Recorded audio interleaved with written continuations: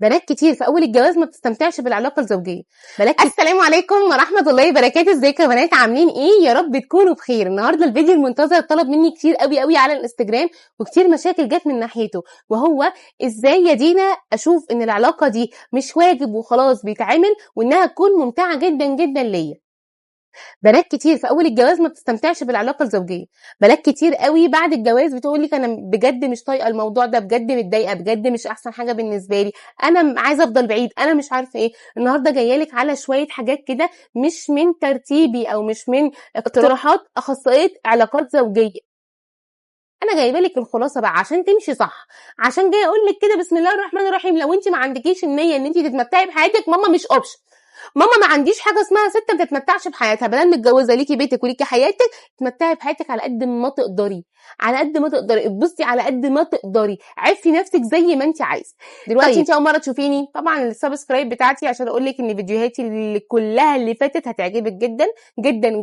اما بقى انت لو على طول معايا، صباح الفل، كومنتك الجميل واللايك الحلو الجميل وكمان الشير. لو انت مهتمه بالفيديو كملي معايا الفيديو. اول حاجه معايا خالص لازم تكوني عارفاها، وعشان تقدري تستمتعي بالعلاقه الزوجيه مع جوزك وما تحسيش ان هي حاجه او واجب عليكي او حاجه وخلاص وفرض، عايزاكي تفكري كويس قوي وتعرفي ان هي مش مهمه ولازم تتعمل، مش حاجه وفرض لازم يتعمل عليكي، لا، دي وسيله حب وتواصل ما بينك وبين الطرف الثاني وهو زوجك.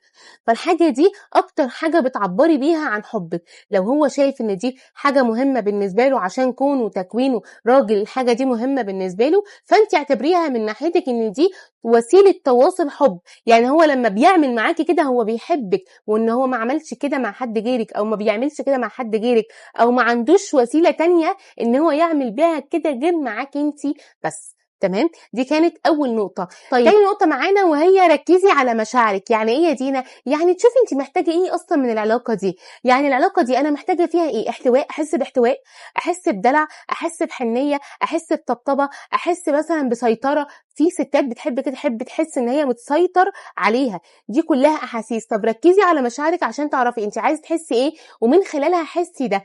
طب يا دينا دلوقتي انا بالنسبه لي الحاجه دي انا ما حسيتهاش، انت بتعرفي الطرف الثاني ان انا عايزه احس ان العلاقه دي زود لي حنيه، زود لي دلع، زود لي طبطبه، زود لي حب، زود لي حنان، زود لي كل حاجه انت حابه ان انت تحسيها، بحيث لما تحسي ده تشبعي رغباتك فتحبي كل مره تعمليها عشان تحسي الاحساس ده.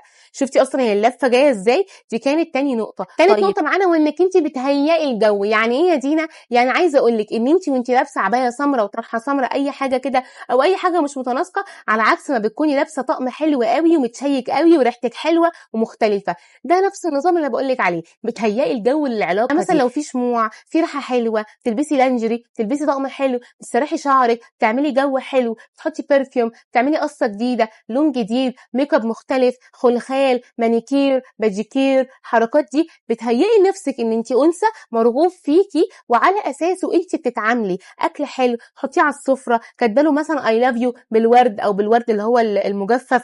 دي كلها حاجات بتعيشك الاجواء بتاعه التلفزيون بقى، بتاعت بره مصر بقى. انا دلوقتي مدلعاه للدنيا، اسمها بتدلعيه، بتدلعي يومك وبتدلعي. تمام، لكن مش معنى ان انت لابسه مثلا اي كاش وحصان بقى، اعمل شعري حصان وهلبس توكاتو. ايه يا جماعه ده؟ ايه ده في اصلا قصات للدلع والاغراء، قصات للشعر للدلع والاغراء. انت لو كتبتي كده قصات الدلع والاغراء او قصه الشعر للاغراء، حرفيا الراجل بيعرف ويحس بيها جدا. فانت لازم تهيئي الجو للموضوع ده، لان الموضوع ده هيفرق موت نفسيا، وهيخليكي تتاثري وتعيشي اللحظه، وعلى اساسها مع الحاجات اللي انت خدتي بالك منها فوق، فانت عارفه انت عايزه ايه من العلاقه، مع الجو، مع الاحاسيس اللي انت هتحسيها منه، غير ان هو اصلا عايزك. الموضوع هيفرق معاكي بنسبه تقريبا، يعني قولي 60%. النقطه اللي بعد كده وانك انت تتكلمي بصراحه مع الطرف التاني. يعني ايه بصراحه؟ يعني تعرفيه انت بتحبي ايه، تعرفيه ايه اللي ممكن يخلي الموضوع معاكي احسن، وكمان ان هو يضافه عشان تحسسي ان انت المتعه معاكي زايده، او انا مثلا بحبك لما بتعمل كذا، بحس ان الموضوع ده الطف لما بتزود لي كذا، لما بتكتر لي من كذا، لما الحاجات دي كلها. شوفي انت حابه ايه منه بيعمله، بيفرق معاكي نفسيا. مش شرط بس هو اللي بيعمل ايه، بس انت بتعملي ايه عشان تبسطيه، لا، انت زي ما انت المفروض تتبسطي هو كمان يتبسط، والعكس زي ما هو كمان بيتبسط انت كمان لازم تتبسطي. فدي كلها حاجات انت لازم تاخدي بالك منها. فالكلام بصراحه الموضوع ده لازم يكون عندك الجرأة، لان في بنات كتير بتخاف انها تتكلم فيه، بتقلق ان هي تتكلم فيه، عندها حته عدم الجرأة شويه. فدي كلها حاجات بتقلل احساسك بالعلاقه، بتخليكي مخنوقه، بتخليكي متضايقه، بتخليكي لو ما عملش اللي انت عايزاه بعد العلاقه الموضوع معاكي بيفرق وما بقاش بالنسبه لك احسن حاجه. النقطه اللي بعد كده وهي انك انت خدي وقتك على قد ما تقدري. اوعي تستعجلي، اوعي تتسربعي، خدي وقتك، اعملي جو براحتك، اقعدوا اتكلموا براحتكم، هاتي حاجه تاكلوها براحتكم، اتدلعي وانت بتاكلوا براحتكم، البسي زي ما انت عايزه، ولو عندك طقم واثنين وثلاثه واربعه من اللانجر البسيهم. خلي كل حاجه فيها تفاصيل كتير، حسي بكل حاجه لحد ما توصلي للنقطه الاخيره او النقطه المعينه.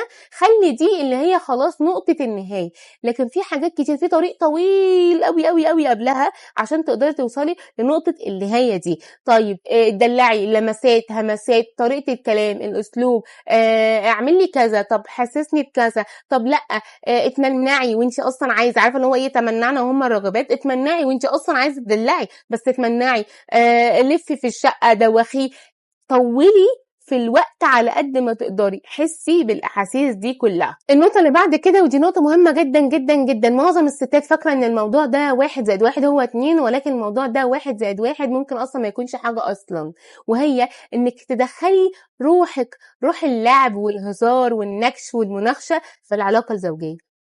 روح اللعب والهزار والدلع والحاجات دي كلها يفرق جدا جدا جدا جدا. ما يبقاش الموضوع كله جد في جد بس، لان الموضوع مش كده، هو مش تعالي خدي امر بتنفذيه، لا، الموضوع ده استمتاع، انبساط، فانت انبسطي، اتدلعي زي ما انت عايزه، اتبغددي زي ما انت عايزه، هو اللي عايزك، الراجل هو اللي عايزك. فلما يشوفك انت كمان عايزه بس متمنعه، فهو هيشتغل على نفسه اكتر فيدلعك اكتر. تمام. لكن ما تاخديش، ما تبقيش قافشه نفسك، ما تبقيش اتمه، ما بعرفش اتعلمي، طب اتعلمت نفذي، طب نفذتي زودي.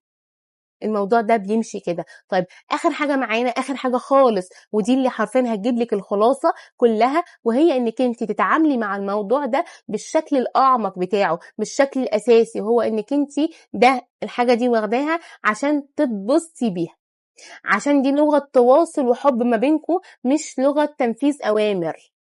دي حاجة مهمة، نفذتي الموضوع ده بالطريقة دي هيفرق معاكي جدا. بس كده حلوين، هو ده كان فيديو النهارده، يا رب يكون الفيديو عجبكم. لو عجبكم اوعوا تنسوني في اللايك والشير والسبسكرايب، اقول لكم استودعكم الله، والسلام عليكم ورحمة الله وبركاته.